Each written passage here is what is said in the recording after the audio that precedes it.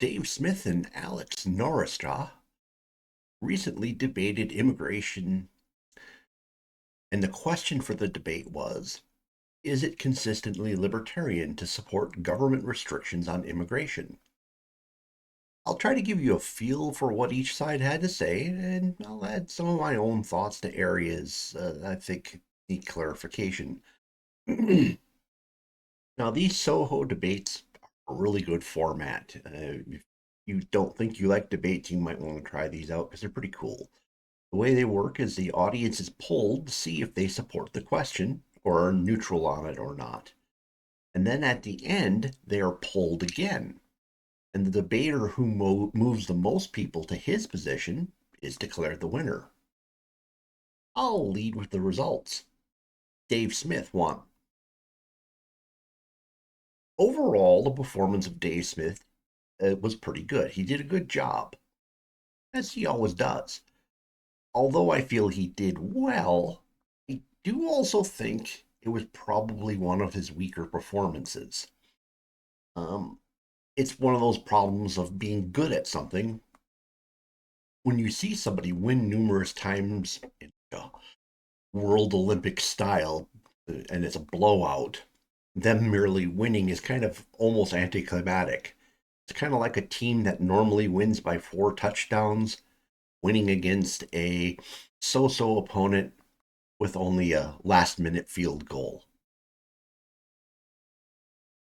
Now, I suspect the wording of the question was part of the problem. Dave was put in a position of trying to keep a very broad topic narrowed to the question, and his opponent tended to free range all around the general immigration topic. So his opponent, Alex Nowrasteh, and hopefully I'm getting the pronunciation correct, he's from Cato, and Alex is a decent speaker and debater. And he essentially, for the debate, went into the Cato tool bag and used each argument they have. I tend to find these arguments weak because I've heard them before, but they are still generally effective in libertarian circles. One personal critique I have is his use of feigned outrage. And there's nothing wrong with this as a debate tool. However, his vocal pitch makes it kind of sound whiny. And my intention here is to be constructive, not to take a jab at him. I really think he should just look for a different method of expressing that or drill on camera to moderate his pitch. The immigration playing field is huge, and the question used for this particular debate was very narrow. As where Dave tried to stick to the question, Alex deliberately walked away from the question at every chance.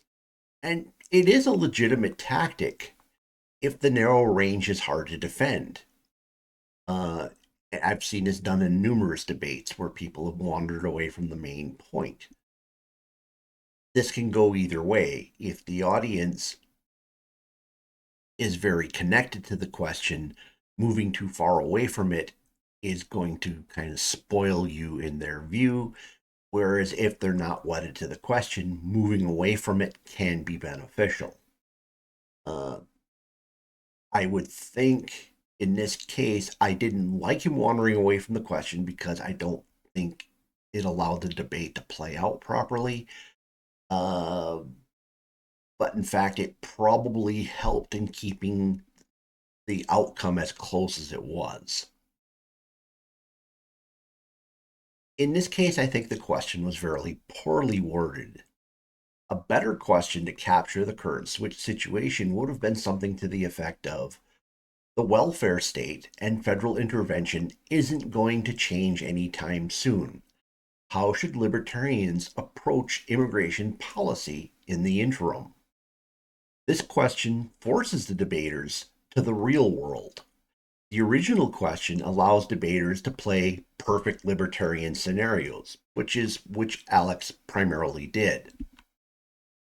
Alex, as I noted, didn't bring any new ideas to the debate. The essence of his debate points were that immigration isn't absolute good. Government actions are tainting the process. His idea is that immigration should remain very close to being something like open borders, but don't actually call it that. He characterized the Biden years' immigration as government policy causing some border chaos. Alex's key point was that Americans pretty much love mass immigration. And the proof is that once immigrants are here, we buy things from them and they buy things from us.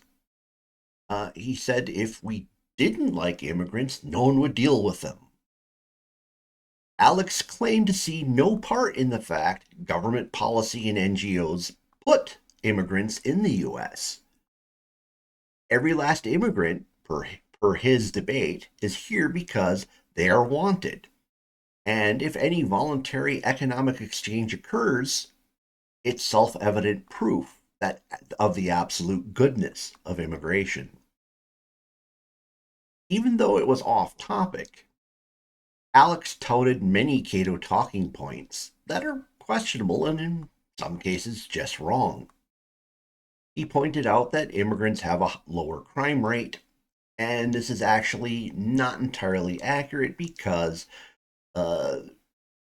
when people use this statistic, they are merging legal and illegal immigrants. Legal immigrants, yes, do tend to be way below the average American. Whereas if you just treated illegal immigrants, which is what most people are really talking about here, but like I said, Cato loves to merge them together because you sure get better numbers when you do that.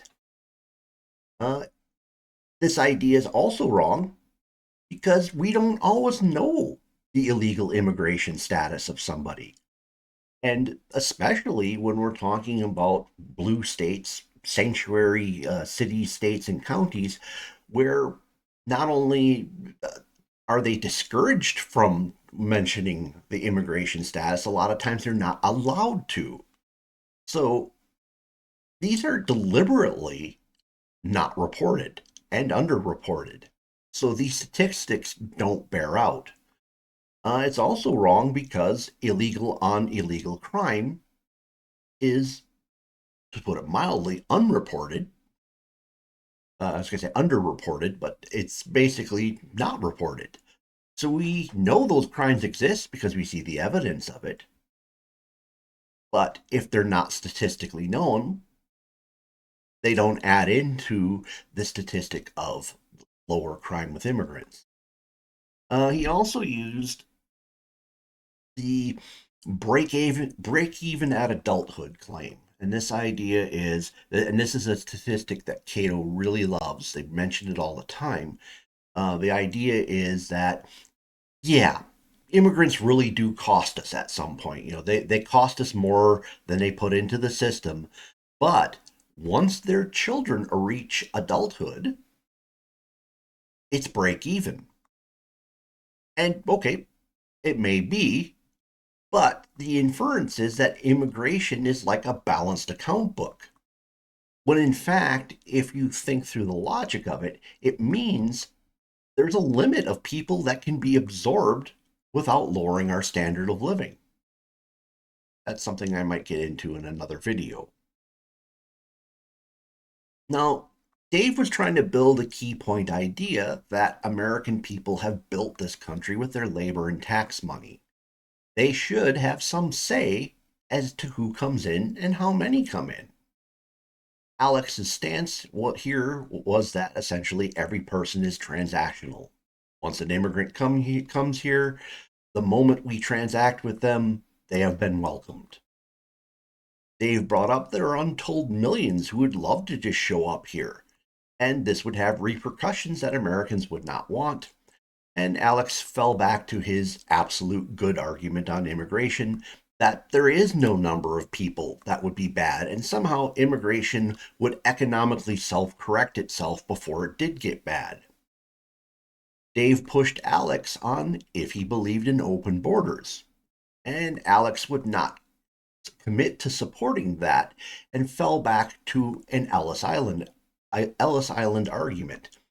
When Dave pressed Alex to define what that entailed, he pretty much said that Ellis Island would be better than anything we have today, as policy, but at the same time, it was inadequate as a model. Dave asked if Ellis Island is more like what he would want, but not exactly what you want.